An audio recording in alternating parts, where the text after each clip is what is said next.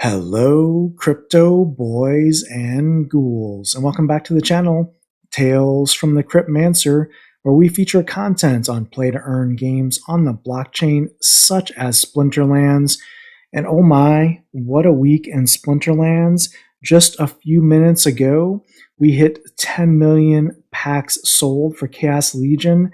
That means Conqueror Yasik coming to Splinterlands is imminent here.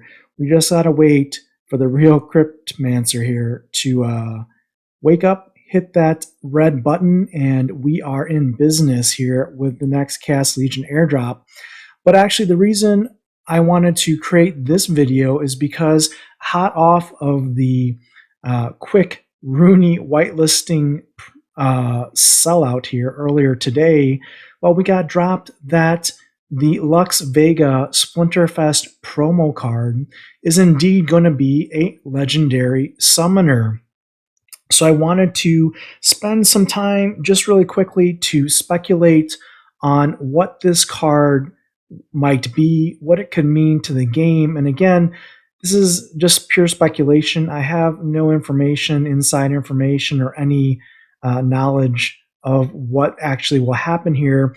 But let's have some fun. Let's speculate. Let's possibly guess two potential possibilities for this legendary neutral summoner. First, what I would say is my guess is the way a neutral summoner will work in Splinterlands would be similar to a dragon summoner, meaning that as long as the taking sides or no neutral scenario is not in play, then you should be able to choose Lux Vega as your summoner and then subsequently one available splinter for the battle to choose your monsters from. That would be my guess. It's not super sexy necessarily because, well, you get neutral monsters pretty much anyways with your standard kit, but perhaps having the flexibility of a summoner like Lux Vega that provides some ubiquitous benefit across all the splinters, perhaps the summoner itself could be the key here and not necessarily the monsters it would bring. So what could we possibly see with a legendary modern summoner neutral in Lux Vega? Well, one of the things that the Modern League is missing that the Wild League has, for example, if you look here, are these 2-mana no ability summoners. You have for fire, Talia, for water, Zia, for earth, you have Xander, life, you have Kiara, death, you have Jarlax. So you have a number of 2-mana no ability summoners, and of course you have for dragon Prince Julian, right? So these are interesting in such that they really allow you to bring, especially for 12 mana to let's say 16 mana matches, some interesting combinations to the battlefield. So could perhaps Lux Vega unlock some abilities for low mana teams like a 2-mana neutral summoner with no abilities?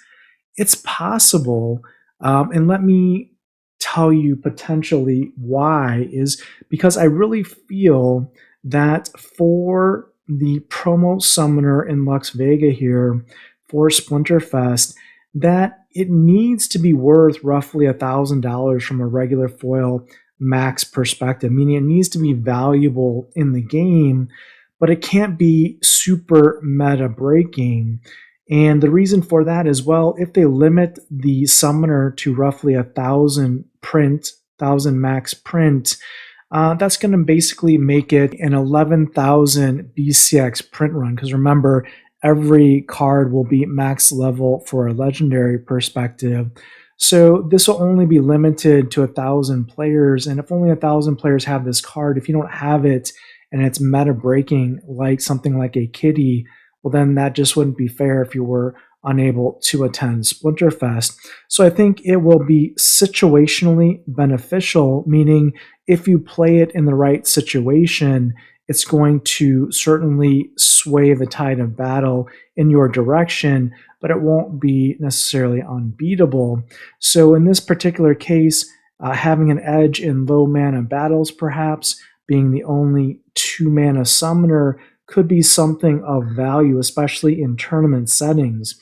Now, from a modern league perspective, it does cause a little bit of a dilemma, because something like a combination when used with Earth, for example, with Kron, with Last Stand, now you have basically a 12 mana Last Standing Kron, which for 12 mana in the modern league, there's probably not a great answer to that. If we take a look here at Earth and we look at Kron as an example, yeah, I mean, that's going to be 12 mana, Last Stand at level 3. So that would be pretty hard to beat in a tournament. So it's possible the team doesn't go this direction, because that would be, in the modern league, I think, tough to counter. But pretty much anytime you bring a 2 mana summoner, or you could bring technically Obsidian here with Kron, and that's 14 mana in modern. So it's not unheard of. But what I would say is definitely it's a possibility that we see a 2 mana neutral summoner here in Lux Vega. Now, it is also possible that the Splinterlands dev team takes it even further, and potentially it's not impossible to see a 1 mana summoner, or maybe even a 0 cost summoner, which would be crazy, kind of like a fiend, but for a summoner. I don't know if it gets that crazy here, but we are treading in a little bit of uncharted waters here with the first ever Splinterfest promo card. So who knows what is possible? I don't know. I haven't even thought to playtest something like that, like a 1 mana or 0 mana summoner, but who knows? Maybe the team has playtested it and maybe thinks it could be feasible. Let's see. Now, the second option that could be possible is that we could see, similar to the other Chaos Legion 4 mana summoners, we could see a 4 mana Lux Vega legendary summoner on the neutral side. And again, the ability that Lux Vega would need to bring from a summoner perspective across all of the splinters would need to be something quite unique.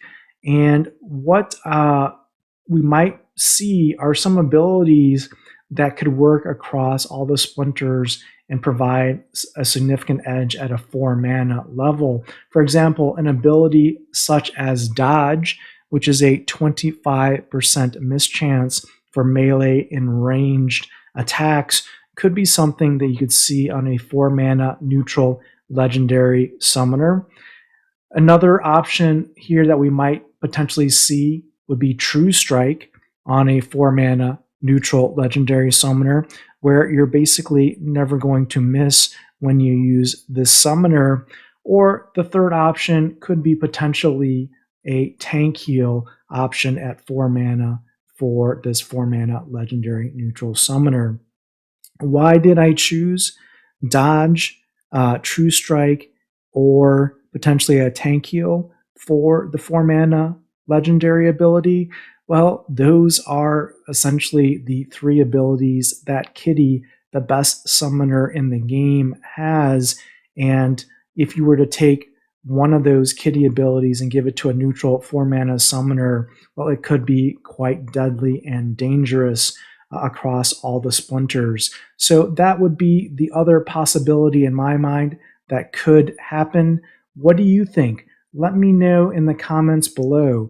What do you think the neutral summoner, the first ever neutral summoner coming to Splinterlands, how do you think it will be played, and what mana and ability or abilities do you think it will bring to the game? Looking forward to the comments. Again, all speculation at this point, but it's just a few weeks away, so we've got to get hopping on this, and hopefully we find out sooner than later. Until next time, Keep stacking those stats. That's entertainment.